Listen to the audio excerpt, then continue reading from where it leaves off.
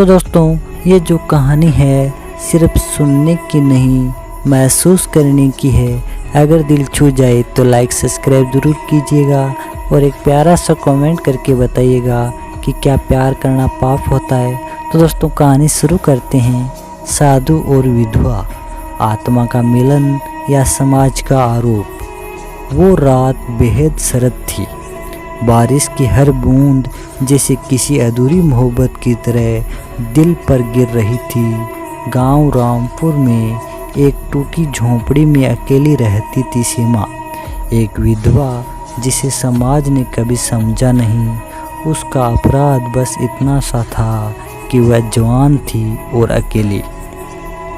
लोग उसे नाम देकर बुलाते, लेकिन कोई उसके अंदर के दर्द को नहीं समझता।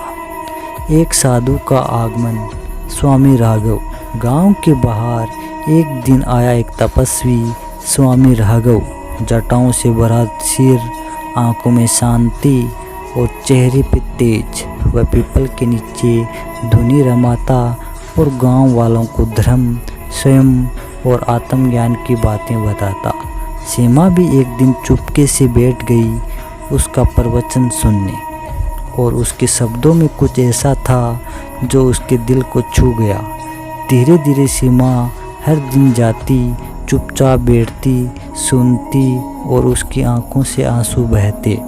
साधु ने एक दिन पूछ ही लिया, बहन ये आंखें हर रोज़ भीगती क्यों है? सीमा बोली, क्योंकि मैं विधवा हूँ और विधवा के आंसू की कीमत कोई नहीं समझता। साधु चुप रहा, लेकिन उस दिन के बाद उसका मौन भी सीमा के लिए शब्द बन गया। एक रात बहुत तेज बारिश हुई। सीमा की झोंपड़ी में पानी भर गया। कांपती हुई वो भागती भागती साधु के आश्रम तक पहुंची। भीगी हुई, ठिठुरती हुई, कांपती आवाज में बोली, स्वामी आज कोई स्त्री नहीं, एक टूटी आत्मा आपके सामने खड़ी है। मुझे आसरा चाहिए, ना कि आपकी मर्दानगी। साधु चौंक गया। उसने चुपचाप अपना चादर उसके कंधों पर डाल दिया। उस रात कोई पाप नहीं हुआ, बस एक आत्मा ने दूसरी आत्मा को सुकून दिया। समाज की गंदी नज़रें। सुबह होते ही किसी ने सीमा को आश्रम से निकलते देख लिया। पंचायत बैठी, आरोप लगे, साधु ने ब्रह्मचर्य तोड़ा है। वो विधवा तो पहले से ही बदचलन थी। पंचायत ने फैसला सुनाया, साधु को गांव से बाहर निकालो। साधु ने कुछ नहीं कहा, बस मुस्कुराया और चला गया।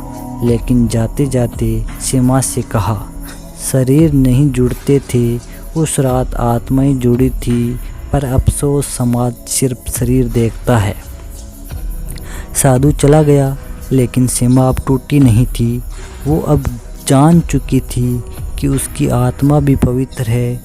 अब वो गांव में लोगों की बातों से डरती नहीं थी, अब वह खुद को समझ चुकी थी। तो दोस्तों इस कहानी से हमें शिक्षा मिलती है, कभी कभी किसी को पल भर का सहारा जिंदगी भर का सहारा बन जाता है।